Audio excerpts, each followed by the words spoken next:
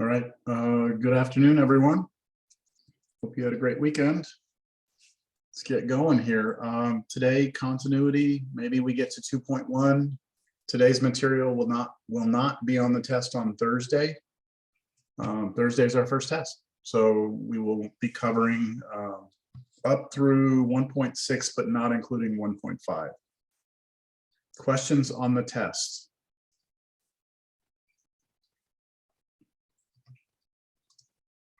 I finished making the test last week,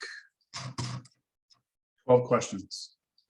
So a lot of limits, you know, because we have all the different things that can happen, right? 0, 0, fixed over 0, infinity over infinity, infinity minus infinity, bounded over infinity. So all these different variations and all the different algebra. So I would expect all that in there. And then I'd shown you at the end of class last time where I give you a graph and ask you for a bunch of limits, and then another problem where I give you a bunch of conditions and you draw me a graph. So that's pretty much the test. I do have something in there about vertical and horizontal asymptotes, which we talked about briefly. There was a problem where I gave you a function. I said, identify the vertical asymptotes. So let's go back and take a look at that. And then I think at the end of class last time, I showed you an old test. So that's out there on video also, so you can take a look at that. Okay, let's get to continuity. And yeah, we'll answer any questions at the end of class if you have them. So continuity. So we had skipped this section, 1.5, and went straight to 1.6 because I said that it made kind of sense to go to 1.6. We didn't need anything from 1.5. 1.5 is kind of a self-contained idea that will come up periodically throughout this class and throughout a lot of math classes from here on out. This concept of continuity. All right, so the good thing about continuity is that there's just a simple definition of what it is. The problem with continuity is that students don't understand what the definition means. So let's just look at the definition. A function f, okay, so you have to start with the function, so it has to pass a vertical line test, is said to be continuous at some value x equals a if the limit as x approaches a of the function equals f of a. So this is it right here. This is the condition you need in blue there. That's what you need in order to say that a function is continuous at some point x equals a. So what does it mean? Okay, what does this mean? The best way to look at it is to look at an example. So look at this function right here, and let's talk about what's happening at 2, at x equals 2. So in this case, a would be the 2. All right. So the question is this function continuous at 2 or not? Right? That's the question. Is it? Well, here's what we need. We need that the limit as x approaches, let me write the definition down first. This is what it means to be continuous. Okay, that's the definition. Here we know that a is 2. So we just replace the a's with 2's. And what we're doing is we're asking ourselves, is this true? Okay, this is a question. Are these things equal to one another? So let's start with the left-hand side. The left-hand side of this is asking what the limit as x approaches 2 of this function is, right? What's the limit as x approaches 2? So we can see that as we approach 2 from the left and from the right, from both sides, we're actually headed to 8, aren't we? We're headed to 8 in the limit, right? That's what it's headed to. So this is headed to 8. And the question is that equal to f of 2? Well, what's f of 2? So what's the value of the function at 2? It's undefined, right? It's undefined. There's a hole there. So this is undefined. And so obviously that's not equal to 8, right? 8 is not equal to undefined. So it is not continuous at 2 because we have a hole. Understand? Let's do another one. Let's do this one. You know what I'm gonna do? I'm gonna clear this out. I'm gonna clear it and copy it and take it to another page. That way, this will be in our notes. So for this one, same question. Is this continuous at 2 or not? So we need the limit as x approaches 2 of this function to be equal to f of 2. Well, this is very similar to the previous example, right? As we approach 2 from the left and from the right, it's approaching 8. So this left side is still 8. The question is that equal to f of 2? Well, f of 2, the function's value at 2, this time we have a dot, right? It's actually, it's defined, but what is it defined to be? 6. 6, right? And those are not equal. And so, no, it is not continuous here either. Make sense? So what we need, in order for thinking about this visually, what we need to be continuous at a point is for our function to be headed to the same place. And then when we get there, we need that to be filled in. We need it to actually be filled in. It can't be a hole or a break or anything like that. And that will give us continuity at that point. So let's look at our next visual example. Any questions right now?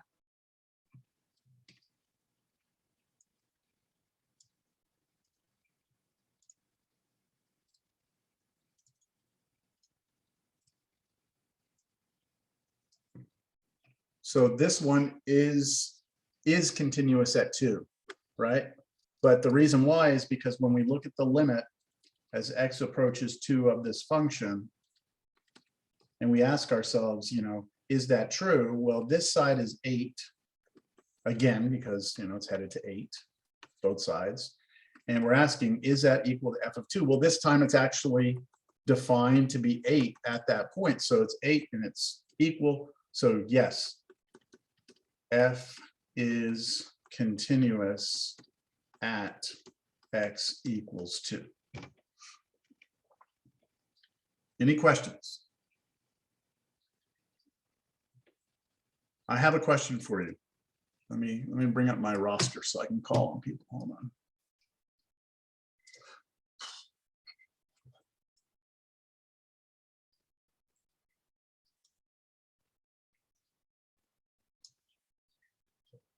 All right. Landon. How you doing, Landon? Yes, sir. I'm doing good. How are you? Good. You understanding the concept here? A little bit, sir. Yes. Okay. So Landon, on this one, on this particular function, I said that this function is continuous at 2. My question to you is, by looking at this picture, do you think this function is continuous at 1? Yes, sir. Okay. Why? It's because there is the function is still like there how do I describe this correctly? There's still a point at 1 on the function, if you get what I'm Mhm. saying. Yes. And that's where the function is headed, right?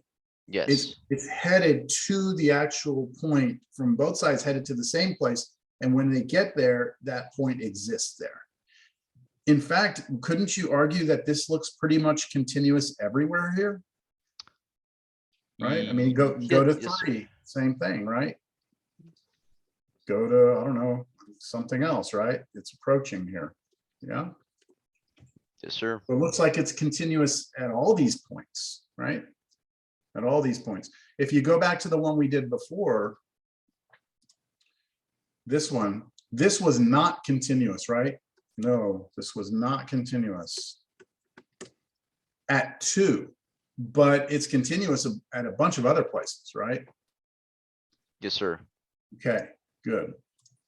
All right, now, so here's the meaning of continuity, basically in words. The basic idea is that if we draw the function with a pencil through the point, we do it without lifting up our pencil, we're continuous. That's kind of another way to look at it. It's like, if you look at the problem, if you look at the two that we did that had a problem, if I'm trying to draw this, I actually have to pick up my pencil at some point, right? Because I have a hole here. And so I cannot be continuous if I have to pick up my pencil. Here, if I'm drawing this one, I have to pick up my pencil to draw this dot. As soon as I pick up my pencil, I break the continuity. Here, I can draw this without picking up my pencil, and therefore it is continuous. So you can almost look at it like, can you draw with a continuous stroke of your pencil? Make sense? Okay, so if a function is not continuous at a point, okay, so if it's not continuous, we will say it is discontinuous at that point. So discontinuous at a point means that you have that, some sort of problem there. It's not heading into the same place.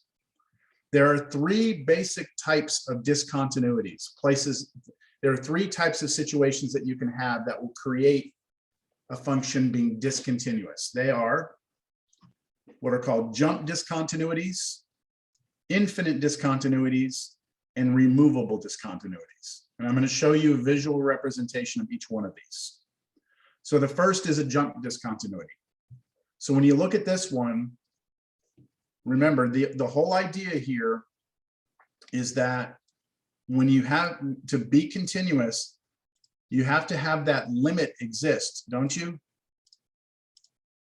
Right? The definition of continuity requires that the limit as x approaches a of f of x, that must equal f of a.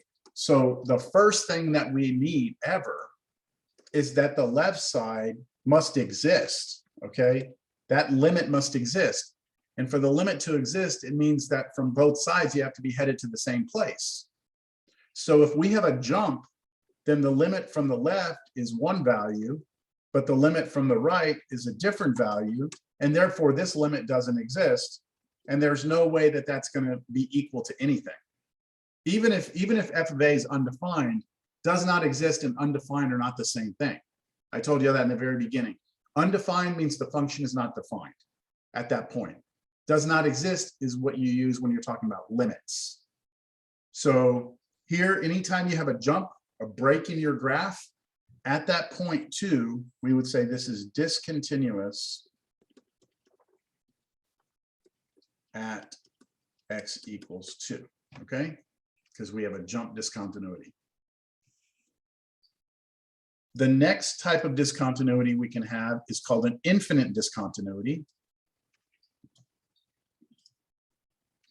And that's going to happen anywhere you have a vertical asymptote. Anytime you have a vertical asymptote, you have what's called an infinite discontinuity.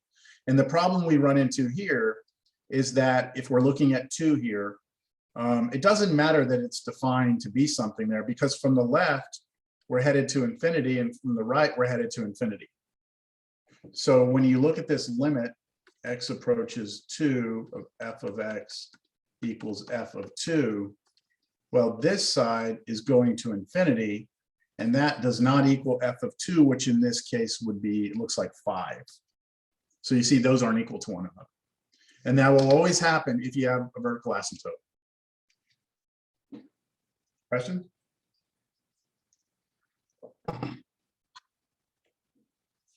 The third and final type of discontinuity you can have is called a removable discontinuity. And it's a weird name, removable. What do you mean removable?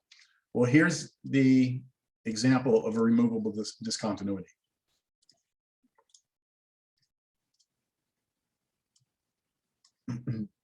So you can see at x equals 2, we're discontinuous, right? We did this earlier. We have a hole up there. Anytime you have a hole, we're going to have discontinuity. We call it removable because it would be very easy to fix this, wouldn't it? Wouldn't it be really easy to fix this? All we would need is to somehow define the function to be that green dot at 2, just define it. to be that dot, and then we have removed the discontinuity, right? It's a very simple fix. Compared to the other two, like there's no easy way to fix this. The function's going to infinity on both sides. The only way to fix it is to make them not go to infinity, and that's really changing the whole graph. You would have to somehow make this thing do something like this. And now you don't even have the same function. It's not even close to the same thing. And then the one that was a jump, same thing. Like you have to somehow bring these two sides together. So you have to make that one go up here, or you could have made this one go here and fill in that dot here. Either way, it's going to really, you have to alter the function dramatically to fix the problem. Whereas the last one, well, all it was that little hole there. If we just fill it in, that doesn't change much. It's just one little point where we have to define it. So removable. Those are the three types. With me? Questions? All right, we continue. All right, now, within the idea of continuity, we have this thing called left and right continuity. So remember when we were doing limits, when we first started doing limits, we had a left-sided limit and a right-sided limit. Remember that? Where you would come in from one side or the other. Okay, this idea of left and right continuity is the same thing. It's the same idea. So the first definition here is left continuity. So a function is said to be continuous from the left, okay? Continuous from the left if this limit is true. So let's look at the difference between this and the definition. I'm going to copy this here.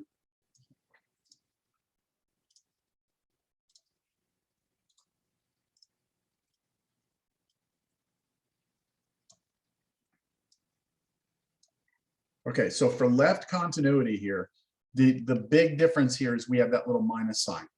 See a little minus there? And that means that in order to have left continuity, you only have to have the limit from the left side be equal to the function's value there, only from the left. Whereas right continuity requires that only the limit from the right side needs to be equal to the function there. Let me show you a picture. This is an example of a function that is left continuous. It is left continuous because as we come in from the left, well, at 2, sorry, we're still talking about at 2. As we come in from the left, we are headed somewhere, right? We are headed to 8. And it turns out that that's what the value of the function there is also, right? There's a dot there at the end. So we're headed to that dot from the left. So it is left continuous. It is not right continuous because from the right, we're headed somewhere else and there's no dot here. So it would not be right continuous. Understand? So this function right here, this function here, let me just pause here, clear this out. This function right here is not continuous at 2. It is not continuous at 2, right? Because you have a jump. But it is left continuous at 2. But it is not right continuous at 2. Makes sense? We have left continuity, not right continuity. In order to have continuity, you have to have both left and right continuity. This one is right continuous because you're headed towards where the dot is from the right. It is not left continuous.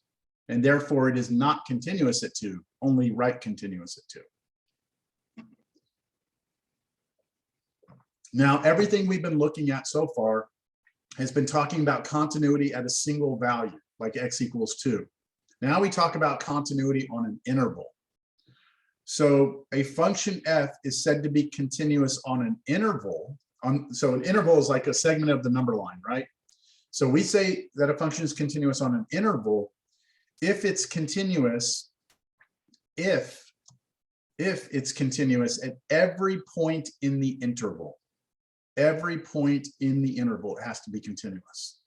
And then we can say it's continuous on the entire interval. Now, sometimes when we're looking at a function, the function will be defined on a closed interval. And so if that's the case, we only, at any left endpoint, we only need right continuity. And at any right endpoint, we only need left continuity. Okay, what the hell am I talking about? Look at this one right here. Okay.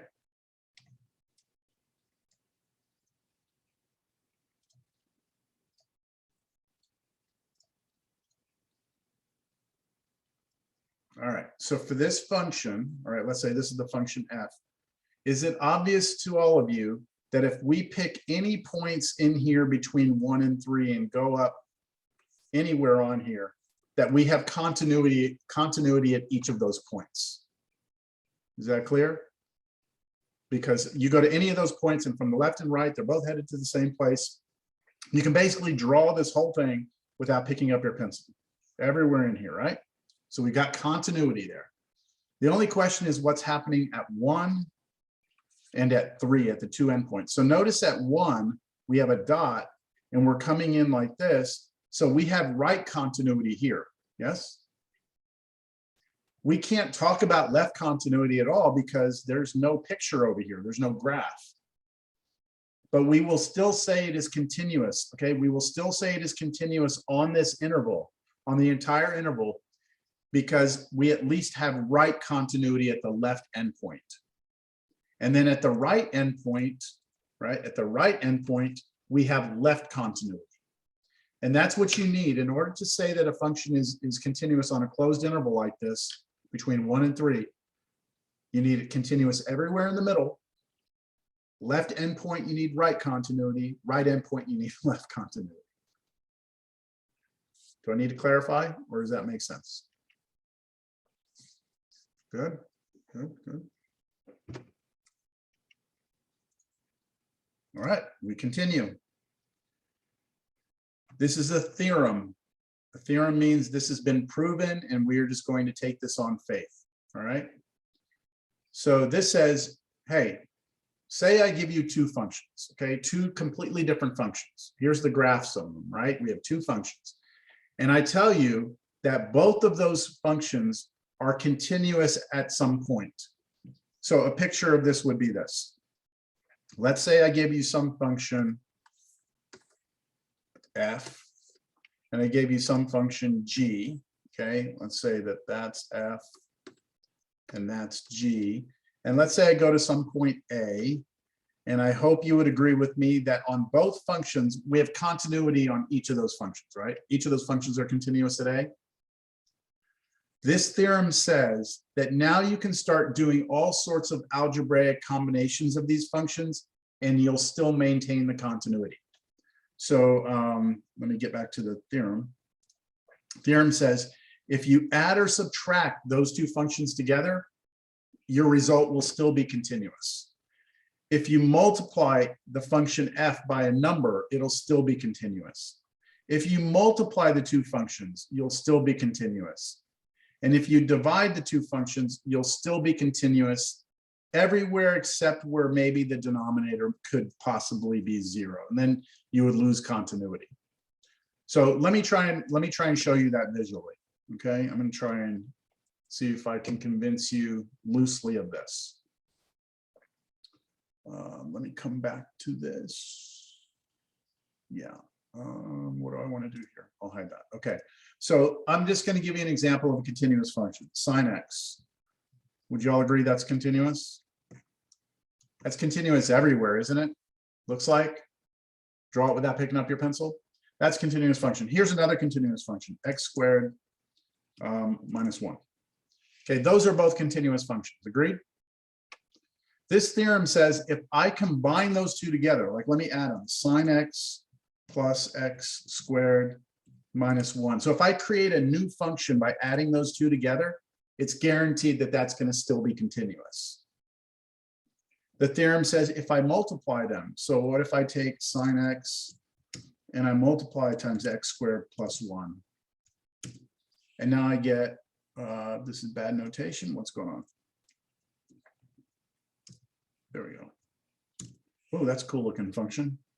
Let me get rid of the other one. So here I multiplied the two together. All right. And now look at that function. It is continuous also. You see? The theorem says you don't have to worry about losing continuity if you do any sort of algebraic manipulation. Also, I can multiply by any number. So if I take this and multiply by 0.5, all it does is just shrinks it. It doesn't create any breaks or jumps or removable discontinuities. You don't have any infinities. We're good. The only thing we have to be worried about, oops, this was supposed to be a -1. Oops, okay, so it didn't change the graph much, but there's the graph. The only thing you have to be worried about is if you try and do a quotient, like let me do the sine x on top, and this time divide that by the x squared -1. And let me get rid of everything else. Here's those two divided together. Now, do you see that we now have discontinuity? Do you see we have it at x equals 1 and x equals -1? At those two values, we have vertical asymptotes, right? Oh, what's going on here? Okay, there we go. Okay, so the theorem says that when you take two continuous functions and divide them, you'll still have continuity, except wherever the denominator is 0. And here our denominator is x squared -1, and you can see that at 1 and -1, we have problems. But everywhere else, right? Everywhere else, this sucker is continuous, right? Over here, all in here, all over here. Anywhere in those regions, it's nice and continuous. It's just at those 2 points, 1 and -1, where you have a problem. We good? I'm going to use that theorem later on to prove something really kind of crazy to you. I'm going to give you a question, and then actually maybe I'll give you the question later today if I remember. Okay. Now, this last theorem is very, very useful because you might be wondering right now, what functions are continuous? Which ones aren't, right? You've learned about a lot of functions in your life so far, right? You've learned about lines and parabolas and just polynomials, rational functions, trig functions, right? All these different types of functions. So the natural question is, which of those are continuous, which are not? This theorem tells you which are and which aren't. All polynomial functions are continuous everywhere. So if you go back and you think about pre-cal, I mean, not pre-cal, Cal 1, college algebra, when you were graphing polynomial functions basically looked like roller coasters, right? They went like this, maybe they went down on both sides, maybe it went like this, right? That's what polynomials look like. And you can draw them without picking up your pencil, right? And lines are polynomials and parabolas are polynomials. So all of those functions are very nice. You don't have to ever worry about any sort of break or jump or any sort of crazy shit happening, right? All right. All rational functions are continuous on their implied domains. Implied domains. What do we mean by that? Well, what this is saying is that if you take a rational function, let me take a rational function. I'm just going to graph a rational function real quick for us. If I do x over x squared minus 4x. Let me put on top +1. There we go. Whoa, what the hell happened? Okay, so there is an example of a rational function.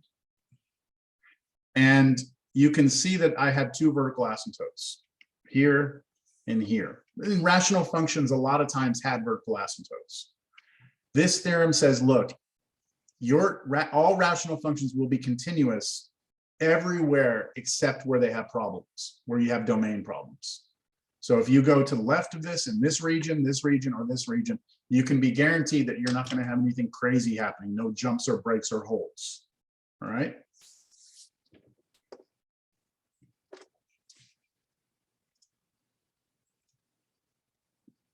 All trig functions, sine, cosine, tangent, cotangent, secant, cosecant, are also continuous on their implied domains. So as long as you're within the domain of the function, you should have a nice graph you can draw without picking up your pencil. And then all exponential and logarithmic functions from college algebra are continuous on their implied domains. So this is just an example. Here's a polynomial. Here's a rational function. Here's a trig function. Here's an exponential function, logarithmic function. You know, these are all nice, no holes, no jumps, no breaks. All right, this next theorem says if you take two functions and you compose them. So in the previous theorem, I said, oh, if you take two functions, add or subtract, multiply, divide, you should still be continuous. This next theorem says, if you do functional composition, which is that f of g of x, that you will still maintain continuity through composition also. So this example here, I have a graph here.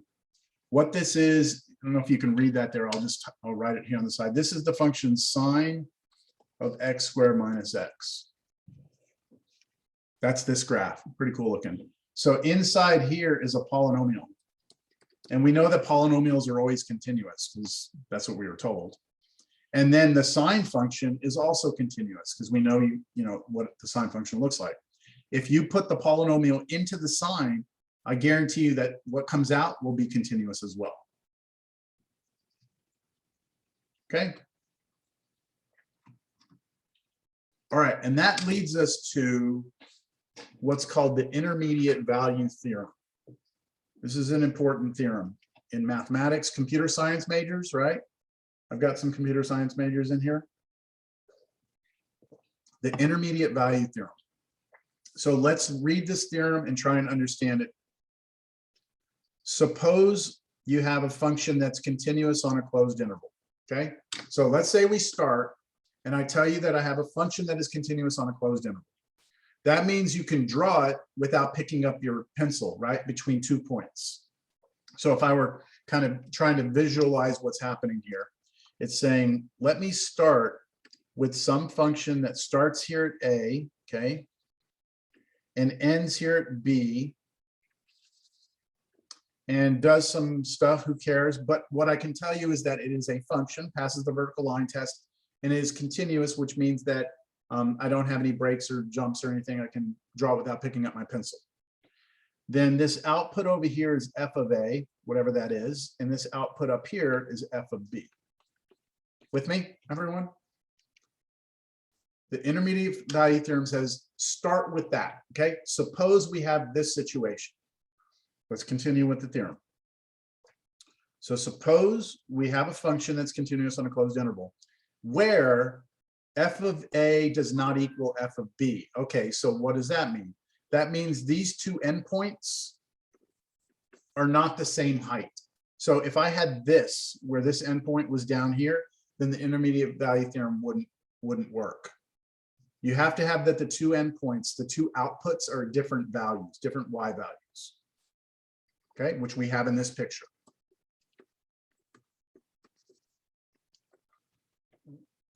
Let's continue.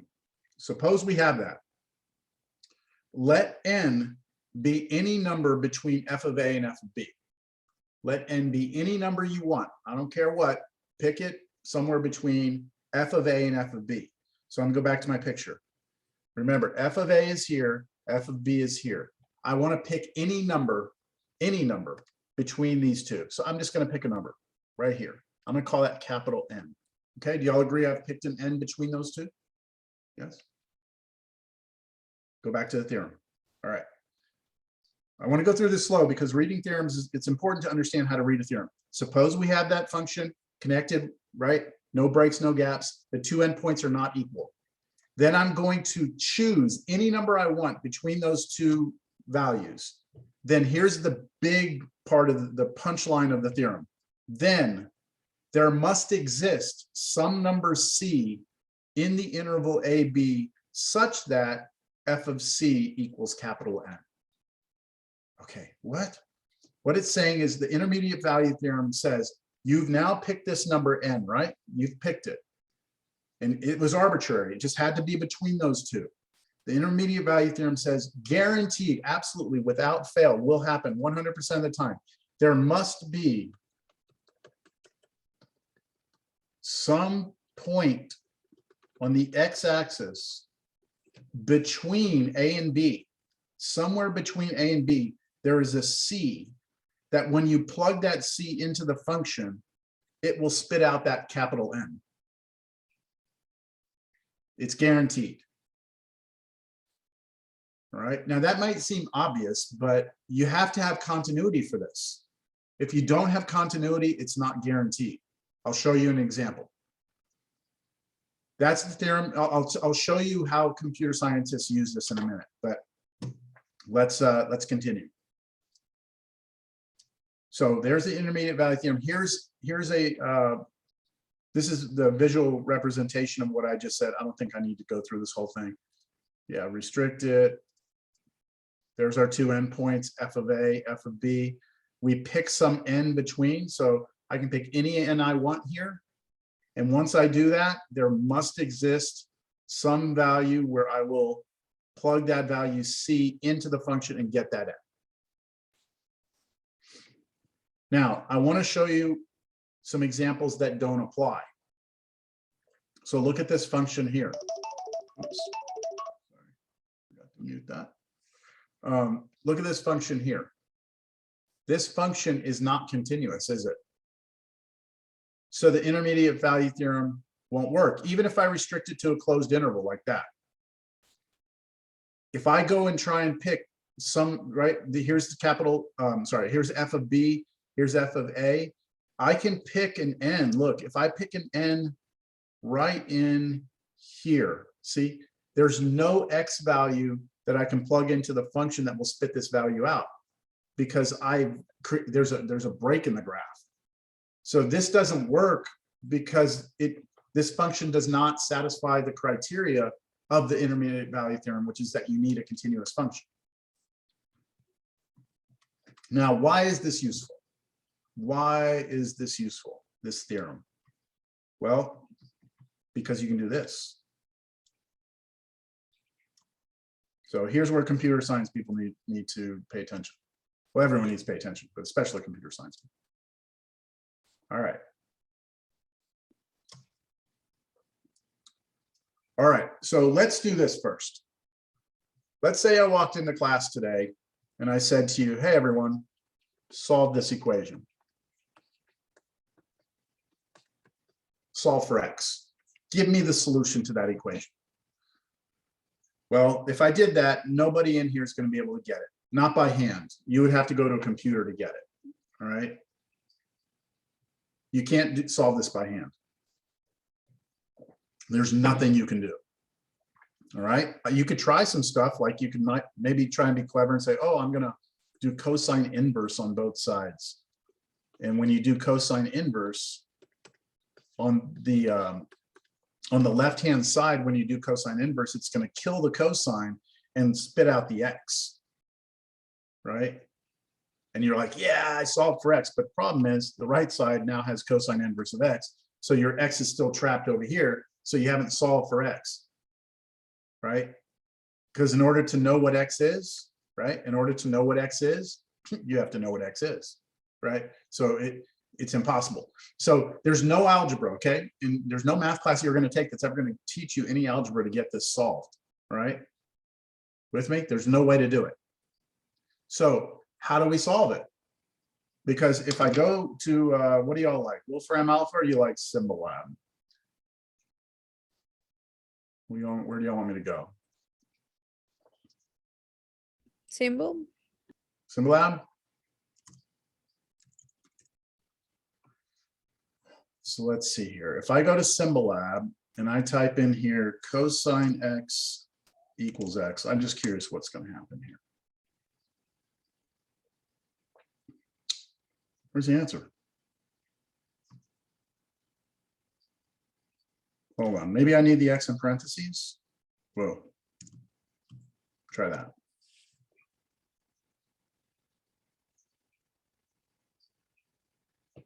I don't see an answer.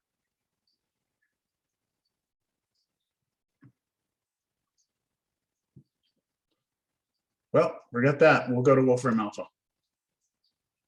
Maybe I need to buy the pro version of it or something. Cosine x equals x. I know I'm going to get an answer here. Yeah, there you go. E to the negative ix. What the? What the heck? Oh, well, there's a solution. There we go. 0.739085. There's the answer. Okay, so if you plug in, now it says approximately, right? It says approximately this. So if we go in our calculator and we plug in 0.739085, do cosine x of that, it should be equal to 0.739085. Make sure you'd have to be in radian mode, but that would be our solution. Now, it's an approximation. If you want, you can ask this program for more digits. This is important for computer science people. Watch, I'm going to hit this button here. Watch what happens. I get more digits, right? That's more accuracy. And if I want more, I can have the computer give me more. Okay. So what the heck is the computer doing to solve this, right? What is it doing? I'll show you. Okay, I'm going to show you right now. This is what it does. It's actually simple but brilliant. All right. So let's go back to the original equation. All right. There's what we're trying to solve, right? What I'm going to do first is I'm going to subtract x on both sides. Okay. And then what I'm going to do is I'm going to look at this left side and I'm going to call that a function. I'm going to call it f of x is the left side. All right, so this is a function. Everyone agree? This is a function. Ooh, this is some function. Wait, right? There's a function. If I ask you to take this function and set it equal to 0, right? Which is really what this is, right? That line right there is saying take this function equal to 0. What does that represent geometrically on a graph? If you, like back in college algebra, if you ever take a function, set it equal to 0, what are you actually finding? The what's? The roots, solutions. The roots, right? The solutions, the x-intercepts, right? The x-intercepts. So I moved everything to one side of the equation. I called the left side of the equation f. And what I really need to ask myself here is what are the x-intercepts of that function f, right? What are the x-intercepts of that function? Well, I'm not allowed to go use a computer or anything else. So here's what I'm going to do. I am going to realize first that cosine x is continuous. You all agree it's continuous? You've been told it is, right? It's a trig function. X by itself is continuous. It's a polynomial. And we are subtracting the two. And so what I can tell you is that this thing is continuous. Right? It's continuous. With me? All right, now the cool part. All right, I've got a continuous function, don't I? I have a continuous function. I'm going to pick 2 points at random here. I want to know right now, what is f of 0? And then I'd like to know what is f of 1. Now, I pick those points randomly. I want you to tell me what you get when you plug in 0 and when you plug in 1. So let's plug 0 in. This is cosine of 0 minus 0. We all know that cosine of 0 is 1. 1 minus 0 is still 1, right? So we get 1. Yes? Now, f of 1, now we need a calculator. Cosine of 1 minus 1. Now, you need to do this on your calculator in radian mode. Someone do it for me. My calculator's in my back. Oh, it's in the other room. Cosine 1 minus 1. You're going to get a number approximately. Anyone? I got a negative number. It's negative 0.45969. Okay, that's good. That's good. Yeah. Okay. Okay. So here's what we got, right? Yes. Yes. All I have done so far is moved everything to one side. I took the thing that was on the left-hand side. I called it a function right here in black here. And then what I did is I plugged 2 points into that, random points. And I actually got lucky because notice that the first point I got was positive and the second one was negative, right? I got a positive number and then a negative number. So here's what I know. If I looked at the graph of this function, right? If I graphed it, when I plug in 0, I got 1. that point would live on my graph, right? And when I plugged in 1, I got what? Negative 0.45, which would be down here below the x-axis, right? Yes? Now, we know that this is a continuous function, which means that if you draw it, you have to connect these two dots without picking up your pencil, which means what? It's continuous. Well, I know it Well- is continuous, but what's going to happen if I have to connect those two dots? What's going to happen eventually? They connect, Yes, right? but oh, it What am I gonna crosses do the right there? x-axis. It crosses the x-axis, right? Right there, I cross the x-axis. Now, I don't know where, right? I don't know where, but I know it's there. I know it has to happen. Do y'all agree? If I'm going to go from a positive number to a negative number, I've got to go through 0, right? And we were asking ourselves, hey, when was this function, when was that function equal to 0? That's what we wanted to know. When was it 0? When was it 0? And what I can tell you right now is that I don't know when it's 0, but I know it's between 0 and 1, right? I know somewhere between 0 and 1, it's gonna go through 0. Yes? You follow me? Okay. So as a computer science person, think about this. I'm trusting that anyone here who's computer science major has done some sort of code, some sort of coding in your life. Could you come up with some algorithm that would take cosine x minus x, plug 0 into it and plug 1 into it and spit out 2 answers? And then check those 2 answers to see if they differ by a sign. Like check to see if one of them is positive, check to see if one of them is negative. Right? Think about that. I mean, maybe you don't know how to do it, but can you imagine writing a program that would do that, right? Execute this, plug in 0, plug in 1, look for a change in sign. If you have a change in sign, which we do, watch this next step. Anyone have a guess as to what I'm going to do now? I know that between 0 and 1, I have a change in sign, from positive, negative. Anyone have a guess of what I'm going to do?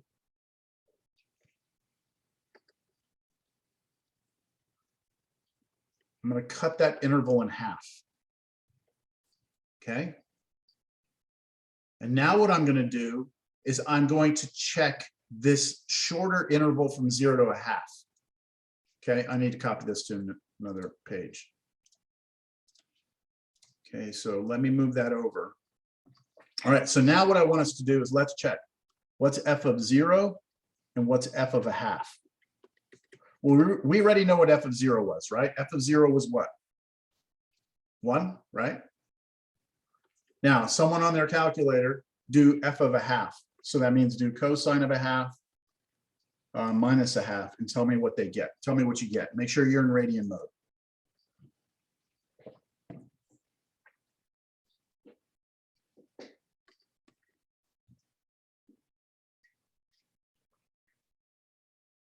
Anyone? It's 0.3775. 0.3775. Okay, so good. So what happened between 0 and a half? We went from 1, which is a positive number, to 0.375, right? So did it change signs? No, It went from positive to positive, right? So it didn't go through 0 there, which means that the real x-intercept is not in the yellow region, is it? It's somewhere between 1/2 and 1, isn't it?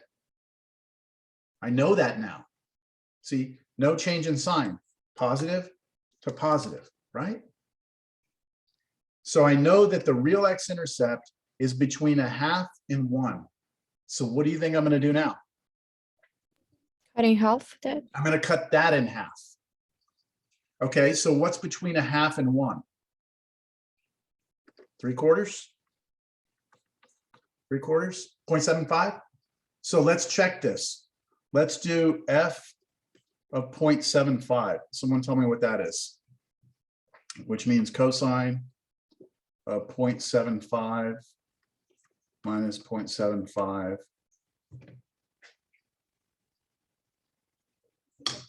That's minus 0.0183. Negative 0.018. Okay, so wait a minute. Remember, at 1/2, it was positive, and then at 0.75, it's what? Negative, right? Negative, which means that it lives where? Where is that x-intercept? Somewhere between where and where? 3/4 and a 1/2 half. Yeah, 3/4 and a half. Okay, so somewhere between 3/4 and a half. So what do you think I'm going to do now? Go halfway between those Go two. half. And then just keep doing this. Now, is a computer going to have a hard time doing this? Like, how many operations can a computer do in like a snap, right? Like, so that's exactly what's happening. When I type that into the Wolfram Alpha, this is what it's doing. This is called the bisection method. So you're starting out, it guesses, right? It guesses, and it looks for a change in sign. Now, if the first time it guesses, it doesn't get a change in sign, it just takes a different guess. And it can guess very fast, right? Check, cut it in half, check, cut it in half, cut it in half. And it starts to narrow down this. What happens, you start to narrow it down. You cut in half, half, half, half. And it does this like, you know, hundreds of times in like milliseconds, right? And so when I'm doing this problem, first time I did it and I hit cosine x equals x and it solved it, okay, boom, it was done. Now you may say that took a while, but it did a bunch of other shit too. So, you know, don't knock the computer here. So it gave me an approximate solution. So what it did is the program has a predetermined, whoever programmed this, whatever computer science person did this, they said, I'm going to cut until I get it so narrow. Okay, it's going to have an interval that's so small, it spits out an answer that's in the middle. Oops, what happened? So it's whoa. There we go. So this answer is the answer right in the middle of the interval. So maybe the computer programmer said, oh, I'm going to do it 100 times and then spit out the answer. Okay. And then you say, wait a minute, this is not, I want more digits. Boom. So I just told the algorithm, okay, do it another 100 times. And it cut that down even further. And now I got more digits. Okay, I want more. Okay, fine, I can go more. And it'll do it another 100 times or whatever it is. Okay. So that's the way it solved it. It's just purely like a grinding of numbers, but it depends on the intermediate value theorem, right? You have to have the continuity, because when you go from positive to negative, you've got to pass through zero. You go from negative to positive, you have to pass through zero. So on your test, okay, I'm not going to ask you to solve this equation on the test, because you have to be a computer, right, to do all those operations very quickly. Instead, the question that's asked is this. The question that is asked is to show that this equation has a solution. It's not saying go find the solution. It's saying go show it has one between 0 and 1, which means all you'd have to do on a test is move everything to one side, like I did, plug in 0, plug in 1, and show me that you have a change in signs.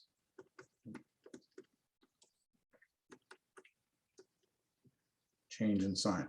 As soon as you say, hey, look, I plugged in 0, I got positive, I plugged in 1, I got negative, intermediate value theorem guarantees me I must go through 0, therefore I have a solution somewhere in there, and you're done.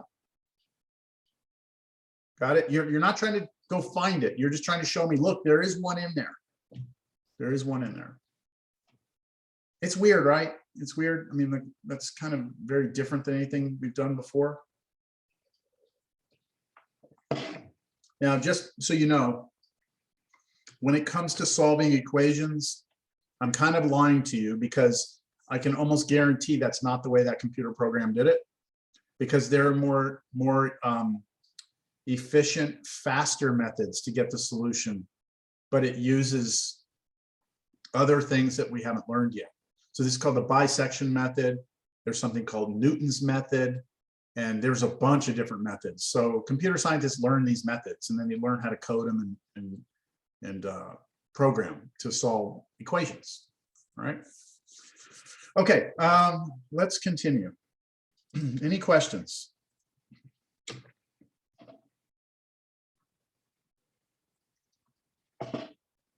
No? Okay. Almost done with this section. There's one more thing I want to do, and this is going to be a very different problem. It's going to feel like really strange. So I'm going to start by giving you a function. All right.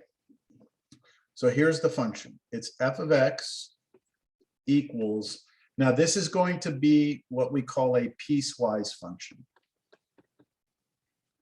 Piecewise function.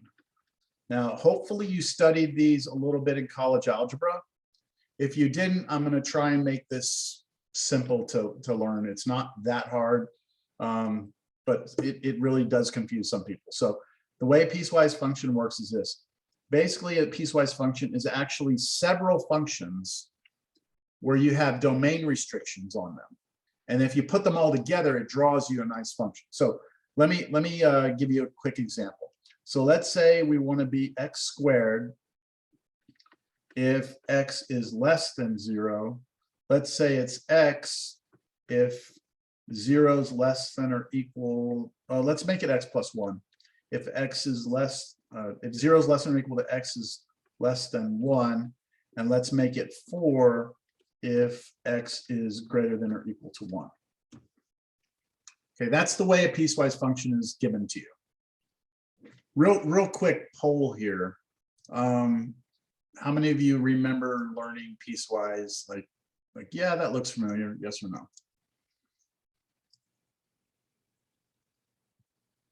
Somebody asked about 1.5. 1.5 continuity is not on the exam on Thursday. Okay, so yeah, about 80% of you remember it. So here's the way I think about it. Okay, when I look at a piecewise function, the way I think about it is, okay, here we got 3 pieces. We got the blue piece, we got the green piece, we got the yellow piece. And so it's 3 different, those are 3 different graphs. The first one's a parabola, the second one is a line, the last one is a horizontal line, right? They're all going to be different graphs. But the key is that we have restrictions on the domains. So over here on this side, this is the domain restriction. So it's saying to me, look, draw x squared, but only to the left of 0, which means if I go draw this, it's going to look like this. Well, x squared, here's what I know x squared looks like. Right, that's x squared. But I only want it to the left of 0. So I don't want that whole picture. I actually just want the left side of it like this. And notice that on the inequality here, that on this inequality, x less than 0, there's no bar underneath the less than. So that means I'm going to need to put an open circle here at 0. Okay, that's x squared drawn to the left of 0. The next piece is the line x plus 1. Now, again, I hope everyone knows how to draw x plus 1. That is a line. The number in front of x is the slope of the line. The number by itself is the y-intercept. So that means I go up 1, I draw a dot, and the slope of 1 means I should draw this line that looks like this, roughly. However, I'm only supposed to draw this between 0 and 1 on the x-axis. And notice it's bigger than or equal to 0 and less than 1. So if I go out to 1 on my x-axis, let's say 1 is here, then my graph, I only want to draw it from here over to here and not include that endpoint, get rid of all this other crap. Okay, so it's just that line restricted between 0, including the endpoint, and the other end at 1, not including the endpoint. The last piece is this 4. Now 4 is a constant function. Actually, it's kind of pretty far up here. It's up here at 4. It should just be a flat line like this. But again, I only want to draw it when x is greater than or equal to 1. So my picture should only go from here over this way like this. So all that other stuff's not there. There is that piecewise function. Is it a function? Does it pass the vertical line test? Yeah.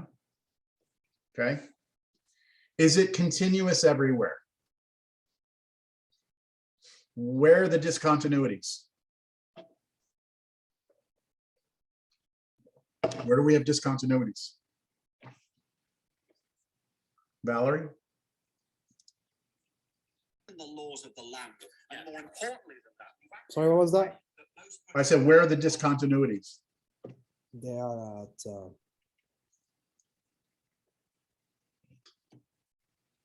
it's at 0, 0 and 1. 1. 0 and 1 are our two discontinuities, right? Everyone got that? Yeah. Okay.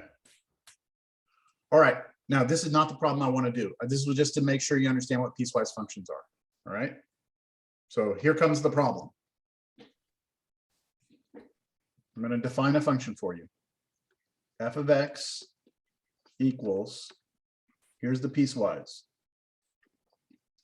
X squared minus 4 over x minus 2. Hold on, I need to go look it up real quick. Put this over here.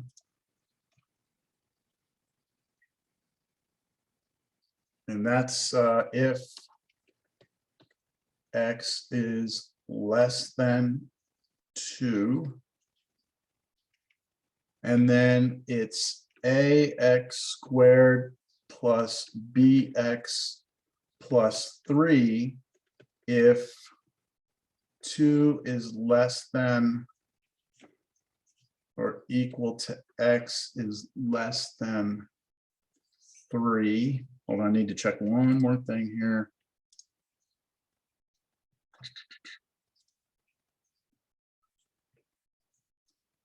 Less than, yeah, okay, so that, and then one more thing here. It's 2x minus a plus b if x is greater than or equal to 3. All right, this should look really weird. The reason it's weird is because, well, there's a lot going on here, but if you look at the 3 pieces of the piecewise function, the first piece, okay, the yellow piece here, is a rational function, right? It's a rational function. And it's not defined at 2, right? You can't plug 2 into this. But look, we're only looking to the left of 2, so that's okay. The second piece of this piecewise function is a quadratic function, right? But I have not told you what a and b are, right? I've just said this is, this is some quadratic. A and b are unknown at this point. And then the last part I gave you, what type of graph is this? If a and b are just numbers, what type of graph would that be? Linear. Linear, right? So we have a rational function to the left of 2. We've got a parabola between 2 and 3, and we've got some line to the right of 3. Understand? Now the question. Find A and B such that F is continuous everywhere.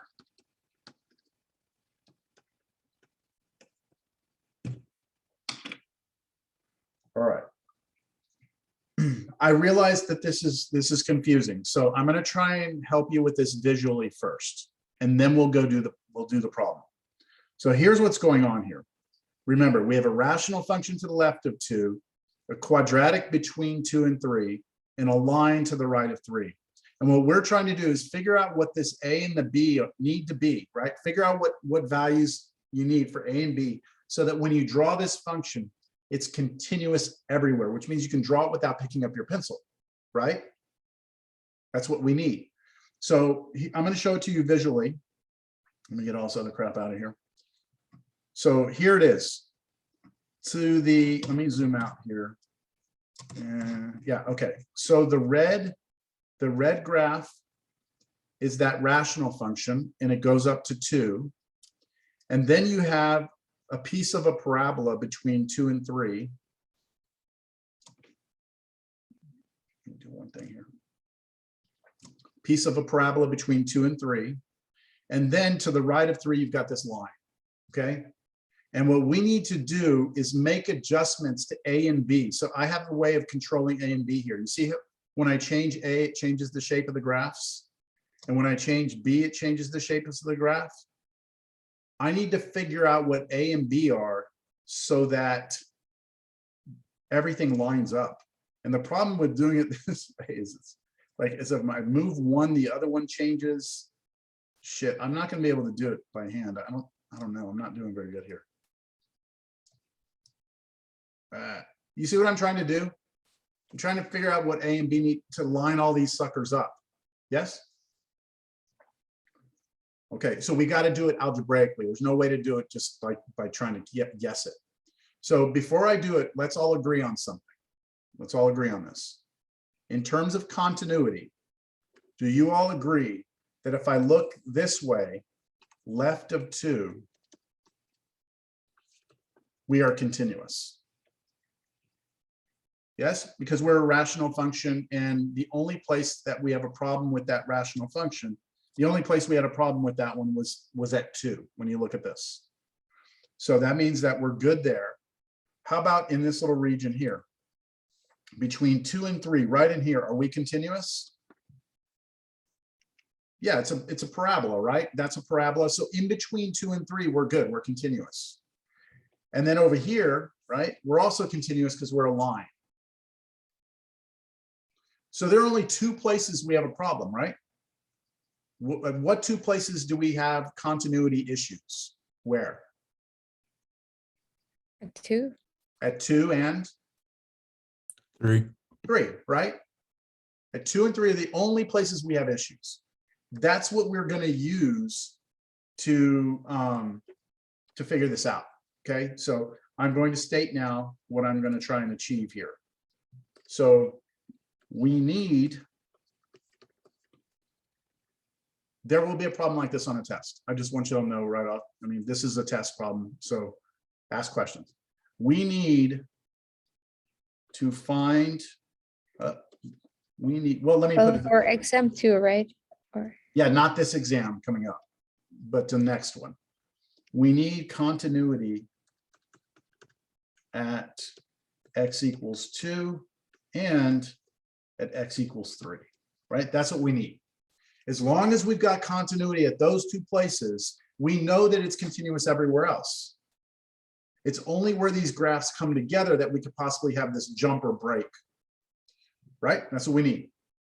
So let's go after these one at a time. Let's talk about continuity at x equals 2. Okay, well, what's the definition? The definition of continuity at x equals 2 means the limit as x approaches 2 of the function must be f of 2. That's what I started class with. That's the definition of continuity, right? At 2. We need this, right? We need this to be true. We need that to happen. All right, well, let me ask. Shams, are you there? Yes. Okay, so help me out with this, Shams. On the right-hand side, can you tell me what f of 2 is? So when you look at this function, if I were to ask you to plug 2 into this function, would you plug it into the top, middle, or bottom? The middle one. The middle, right? Because if you plug 2 in, right? If you plug 2 in here, well, 2 is definitely not less than 2, and 2 is not greater than 3. It's 2 is greater than or equal to 2, right? So we go to the middle function. Good, and if we go and do that, Shams, go to the middle function, plug 2 in for x and tell me what you get. So let me calculate it. Just square that, you're plugging in 2, right? 4, yeah, so Okay, so A 4. 4, I'm gonna put 4a, is that all right? yeah, 4A, and Uh-huh. then 4B, Yeah, no, 2B 2b, good, 2b plus 3. plus 3, good. Everyone understand that? That's the right-hand side of that. We need that to be true, right? We need that to be true. Okay, and we need that to be equal to, now, this is the tricky part. We need to take the limit as x approaches 2, right? As x approaches 2. Well, if we're approaching 2, do you all agree we're not even concerned about that piece? Because this is like way over in the graph. That's what's happening over at 3, right? Over at 3. I don't care about what's happening at 3. I care about right now what's happening at 2. So when I take this limit, I've got to be approaching 2, right? That's what the limit means. We're approaching 2. Well, we already know what happens at 2, don't we? This middle one, Shams told us what happened at 2. Wouldn't this one be the one that's approaching 2? Because it's less than 2, that means close to 2, but smaller than 2. Do y'all understand? So when I rewrite this left side, I need a little more room here. When I rewrite this left side, I need to grab this. Oh, no, that's not going to work. Okay, I'm just going to move this down. So what I need is to rewrite this on the left side, limit x approaches 2. The function that I'm actually going to use right now is the first function, the yellow one, because that's the function that's close to 2, right, on that left-hand side. So I'm going to put in here x squared minus 4 over x minus 2.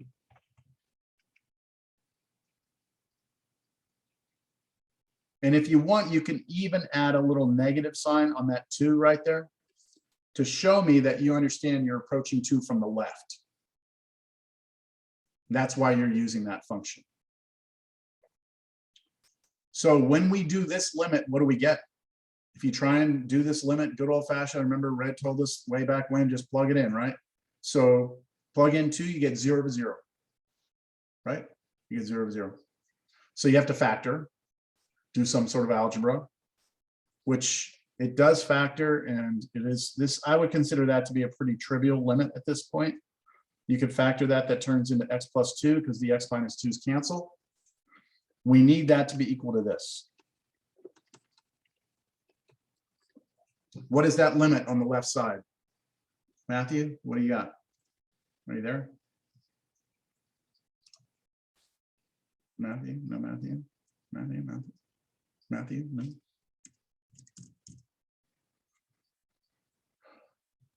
Chloe? Yes. What's that limit now? X plus 2. So now just let x go to 2, right? Okay. And you just get what? 4. 4, right? So now we have this 4 equals 4a plus 2b plus 3. Right? Okay. Any questions on that? We're not done with the problem, but any questions on what I did? I have a question. Yes. I kind of got lost.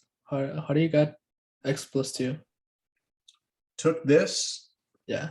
did x plus 2, x minus 2, difference of squares in the numerator. Okay. Oh, All right. And then I canceled these. okay. Yep. Thank you. I have a question. Yes. You said we used x squared minus 4 over x minus 2 because that's the function we were using that was approaching 2, you said? Yeah, when you look up here at this, right? This tells you where this yellow says we're going to be this function if we are to the left of 2, right? The green one is if x is bigger than 2, right? Or equal to 2. So when Shams did this right-hand side, and got us f of 2, gave us that. We used the middle function, didn't we? Yeah. So when we're trying to figure out what we're gonna do for the limit, we need to come into 2 from the other side. So I came in and used this one. Okay. And we threw out this one because this isn't even close to 2, like bigger than 3, we don't even look at it. Does that make sense, Enrique? Yeah. Okay. All right, so here's where we are, right? Here's where we are. Just try and take a step back, and this is a lot. We have a piecewise function, and we knew that we need to try and somehow bring these pieces together, right? To make everything nice and continuous. And we said there's 2 places that we have problems, at 2 and at 3. So the first thing we needed is to make sure we were continuous at 2, and now we need to make sure we're continuous at 3. When we tried to figure out continuity at 2, we ended with this, didn't we? And that is a single equation with 2 unknown variables. We don't know what A is, we don't know what B is, and we have 1 equation. That is not enough for us to solve.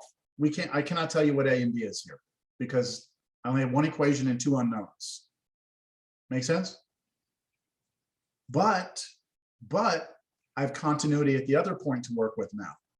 So let me go and look at the continuity at 3.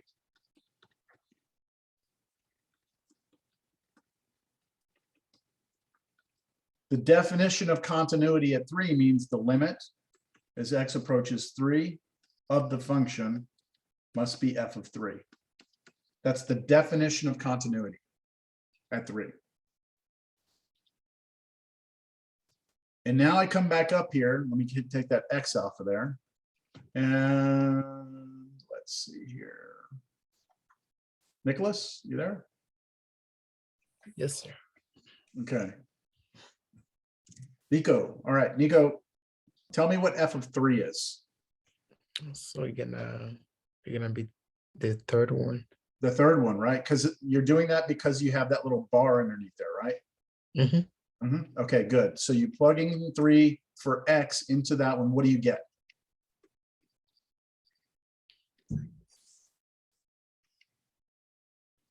Zero. You're plugging 3 into this bottom one for x, right? So you go 2 times 3, right? Which gives you 6, and then minus a plus b. There's nothing you can do with that, right? Like you don't know what a and b are, so you're just going to leave this like this. Make sense, Nico? Yes. Okay. Everyone else got that? We just plug 3 into the function for x. Now, the other side, or the other side of the equation, I need to take the limit as x approaches 3, and I need to figure out what am I going to plug in here for the function? What am I going to plug in? I need to be approaching 3, right? Approaching it.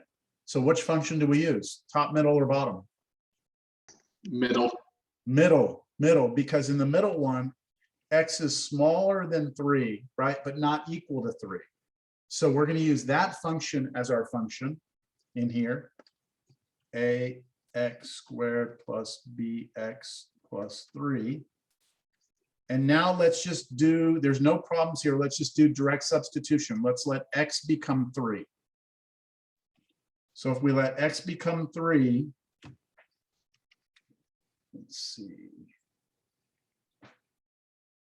Volunteer, tell me what we have.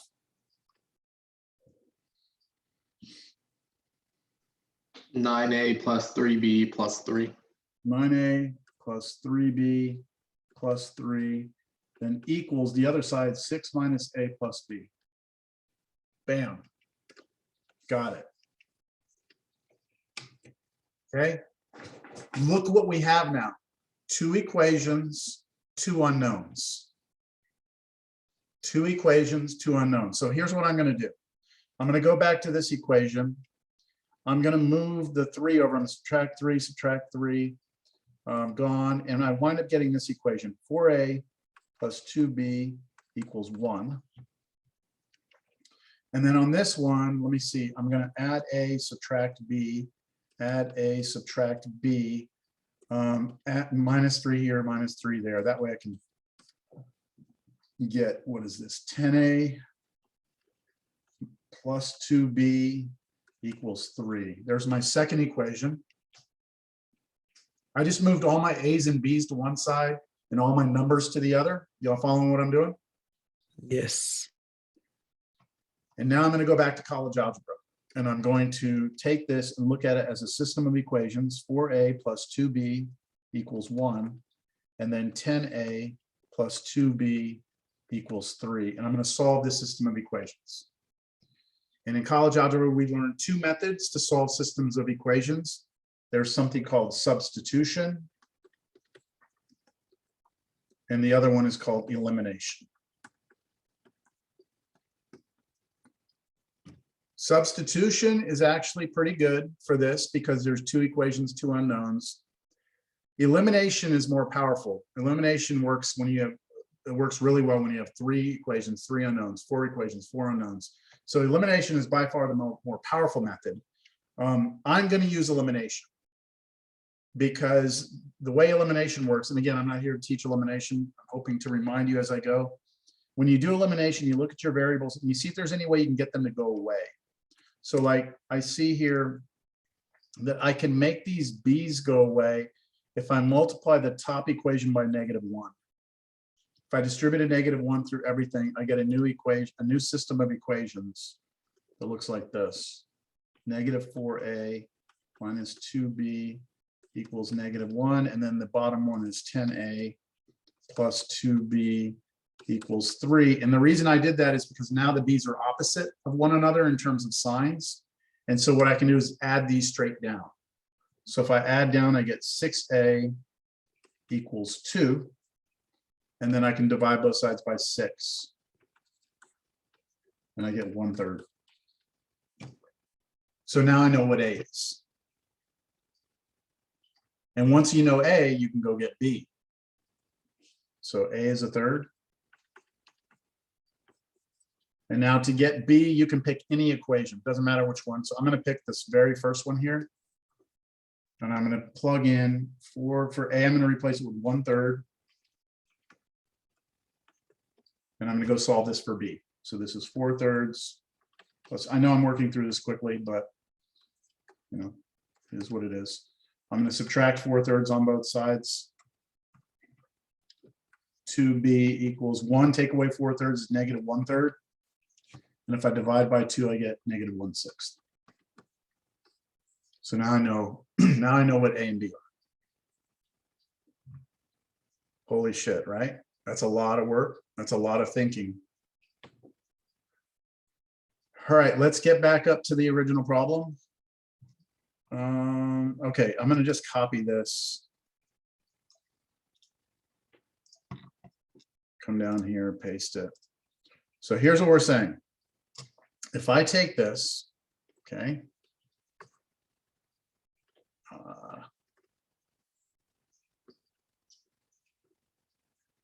I'm just going to erase all this. Okay, so I need my a to be 1/3. So this should be 1/3 x squared minus 1/6 x plus 3. So all I did was replace the a and the b with 1/3 and -1/6 respectively. And then I'm gonna do the same thing down here. So this last function should be 2x, and it was, what is it, minus a plus b. So it should be minus 1/3 plus -1/6. And then you could combine those together, but that should be it. If I graph that, I should have it. Let me see, 2x, what is that, 1/6, that's just, is that a half? Hold on. 3/6, that is a half, isn't it? -1/3, take away 1/6, that's the same as 2/6, that's minus 3/6, so that's minus a half. So basically this is going to become 2x minus a half for the bottom function. Okay, let's check our work. Let's go back to this. And remember, I was trying to mess with these to get these to line up. I can control this here. I'm going to put in here 1/3 for a. That's what we said a was, right? 1/3. Okay. And then b was -1/6. Drum roll. It worked. Now there's a little gap here. That's my fault because I didn't graph that far enough. Let me see. There we go. I was trying to get it to not cover up that hole. There it is. I now have a continuous function. Now, look, realistically, this problem, I don't see a problem like this coming up like real world situation. This is more of like bringing all these different concepts together into one problem. That's what this is about. Like college algebra, do you know how to do piecewise functions? Do you understand what the limit means, how you can use the limit to work left and right hand sides of something out? There's a lot going on here. So anyway, okay. 1.5, we're done. Let me make sure we're done. For those of you computer science people, I keep on talking about computer science people. This is, I told you all that I use the Wolfram Mathematica to do the coding and stuff. So this is the same thing I just did in Desmos, but in Wolfram Mathematica, same sort of thing. I didn't want to show you this because it gave away the solutions already, but anyway, that's the little code to make that happen. All right, we are done with that section 1.5, and we are done with chapter 1. Yay, we're done. How are y'all feeling? Okay. Now, do you kind of see now why I skipped and I went to 1.6 first and then came back to this? Because it was like, you know, we were doing limits, and then we finished limits, and now we do continuity. It would have been weird to do limits. Oh, let's do continuity. Oh, let's go back to limits. Just doesn't, never understood, doesn't make sense. But that's, yeah, so we're done. We're still behind in the class, you know. We're supposed to be, today we're supposed to be starting 2.2. So I think we're officially 1 week behind. Which I think what we're gonna do to make up for that, what do y'all think about this? What do you say we come in spring break? You want to just do spring break? I'm kidding with you. I was waiting to see like people go, what the? No, I don't know how we're going to make it up. We'll have to find a way. I think really the place I can do the most making up of ground is this 3.1 and 3.2. Those two sections are a review of college algebra.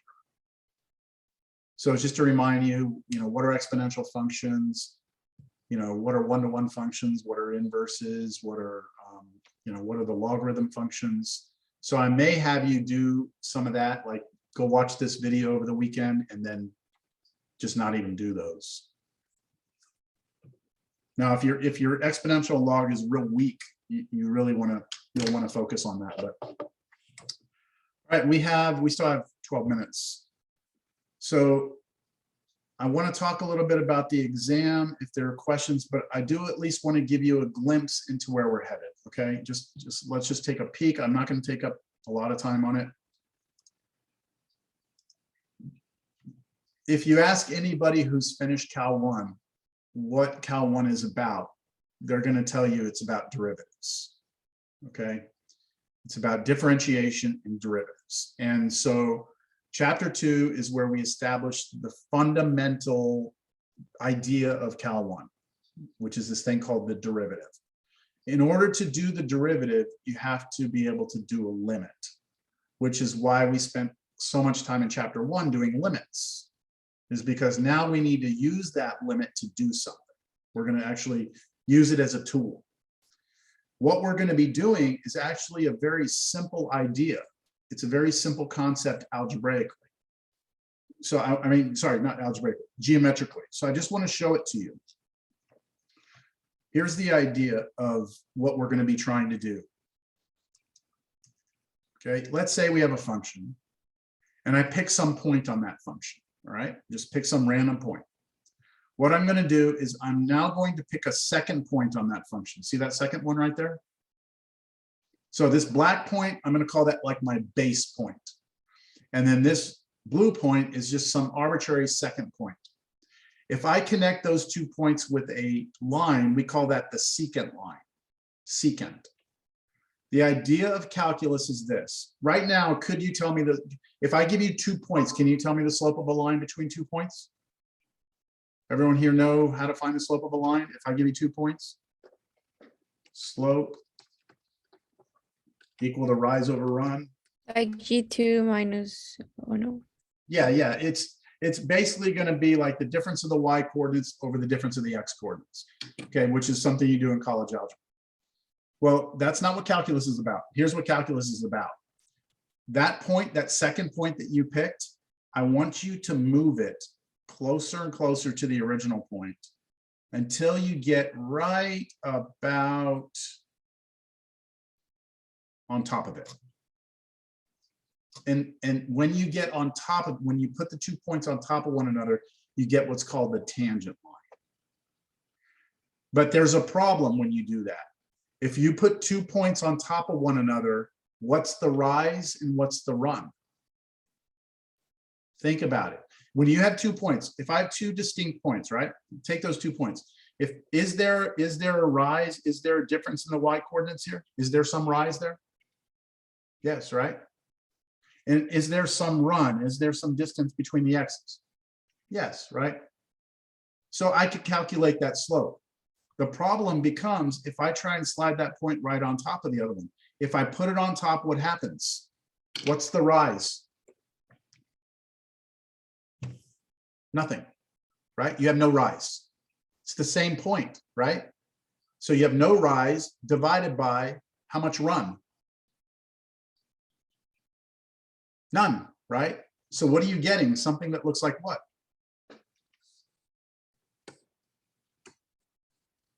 Zero over zero.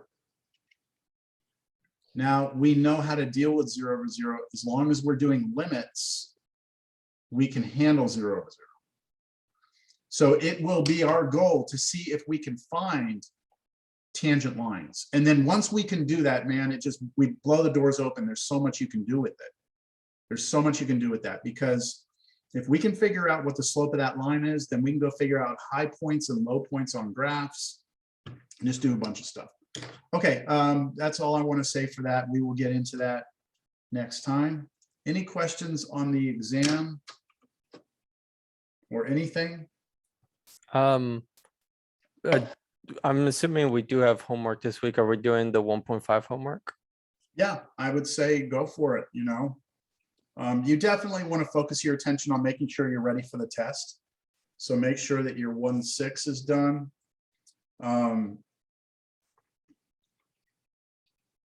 Just turn in what you can, you know, this week. It's Super Bowl Sunday, right? So, you know, plan your life accordingly. So is that in reference to the homework that's due tomorrow? Yeah, what is due? Let me go look real quick. I haven't looked at this in a while. What does it say is due tomorrow? 2.2. Tomorrow it says, yeah, 2.2. Oh, shit, no. Okay, no. None of that's due. I expect tomorrow. Later on, we complete 1.5 and 1.1. Do we just like return like the homework like in the same document? Wait, because we just like we upload the 1.6 homework yesterday, most of us. But that homework was supposed to be like from 1.5 till 2.1. Yeah. So the remaining homework, are you gonna open like another Canvas assignment? Or let me see what would be the easiest thing. Probably, it would probably be easier for me to just leave it and just extend the deadline out for you. Okay. Look, here's the thing, everyone. Let's keep everything in perspective here. And I said this in the first beginning of the class. I'm having you write your homework and submit it because what's important to me is that you're doing your homework. And for like, you know, all the years I've been teaching, you know, the people who do their homework, they usually do okay in the class. You know, I'm trying to find those people that just don't want to do their homework, and hopefully by requiring it, it helps them. The homework is not going to like doom you in this class. I don't want you all stressed out about, oh, I need to turn this in. Oh my gosh, I'm going to miss that deadline. As long as you're doing an honest effort over the material that we're covering in class. That's all I ask of you. You know, I don't like, trust me, I don't like, I kind of look at this as like babysitting. I don't like babysitting. I don't like saying, go do your homework, you know, this is college, right? This is optional to be here, right? It's just optional to be in college at all. So, you know, I want you to have the discipline to do it yourself, but don't stress about it. Like, don't go, oh my gosh, you know? So I will go make some adjustments. For now, all I expect is that by the time we meet again, let's see, on Thursday, at least have finished all the 1.6 stuff, right? The stuff for the test. The 1.5, if you need the weekend for the 1.5, that's fine, right? I mean, yeah, exactly. Yeah. Am I answering your question? I'm sorry, I'm not. I believe so, yes. Okay. What about the exam? Is it clear what I expect when we come here on Thursday? Like what your cameras, have I been clear about that? What I expect with the cameras and the setups? Like no cameras in front of you. I mean, I can beat this to death. I guarantee it happened to me yesterday. I gave a Cal 2 test. I told them exactly what I wanted, and I still had people couldn't figure it out. So know? I have a question. Yes. So I'm gonna be taking the Zoom video through my phone, but when I need to like turn it in, I need to grab my phone and take the pictures. Yep. So I would So when you I will be finish- out of Zoom. Yeah, that's fine. When you Okay. finish the test, you will send me a chat in Zoom saying I'm done. Okay. If that means you have to go grab your phone, go grab it. That's fine. Okay. And then once you send that I'm done, that's it. You're gone. You can be out of Zoom and you got, you know, 15 minutes to get me the work. Okay. Yeah. And that was my only question. No questions about the camera setup. But And yesterday I had my Cal 2 student who, when they Yeah. came in, they had the camera in front of them. I said, you got to have it to the side. They're like, oh, my cable's not long enough. And I'm like, shit, man, this stuff, you should have figured this shit out already. You know, like that's not going to fly. Right. So. And I have another question. Like, you said we have like 10 minutes to write the test on a piece of paper or something like that. Yeah, you'll have, so I'm not sure how I'm going to do this yet because there's a graph on here and I'm just not quite sure how I'm going to do it. I might just do like the first beginning of the test. Everyone has to, like, I put the picture of the graph up, everyone writes their answers down. You know what I'm saying? And then after that, you go copy the rest of the problems. I might do it that way because I don't want you to all draw the graph because you might mess it up. You know, you might like accidentally draw it in the wrong place. So, but I say 10 minutes.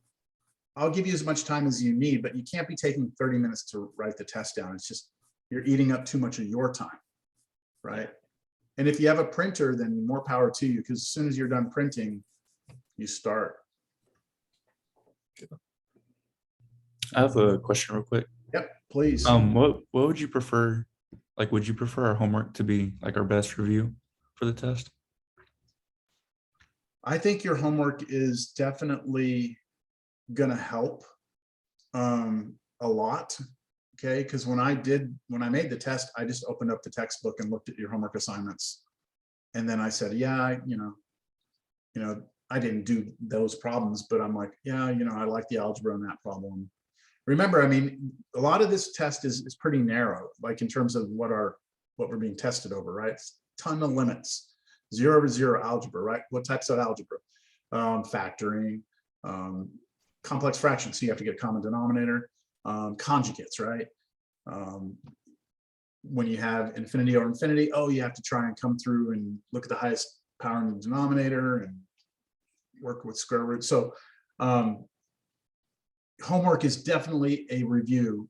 I mean, you want to review the homework, but you also want to look at our lectures, right? Like, look at the problems I did in class, like, you know, because I try to give problems similar to the homework when I'm in class, but some of the problems I do are very similar to the types that I do on the test. So review your notes, review your homework. Are y'all doing any study groups? Anyone getting together? No? Y'all aren't there? Y'all aren't there yet? Y'all should. I know it's hard to do study groups. They just opened up campus. I went on campus for the first time today. It's actually kind of weird being up on a dry erase board in front of the class.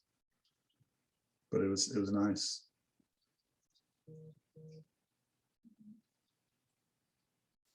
We have a group me chat. Do you? Okay. Yeah. In the class. Yeah, if you have any questions between now and the test, if you want to reach out to me, you can. You know, you'll all have my cell phone number. So just text me, you know. Thank you. Text me and let me know, and I'll be happy to help if I can. Okay, anything else? All right, relax, make sure you eat, make sure you get sleep, right? That sort of stuff. Get your nerves under control. Okay. All right, everyone, have a great day. See you. Thank you, sir. Thank you, Professor.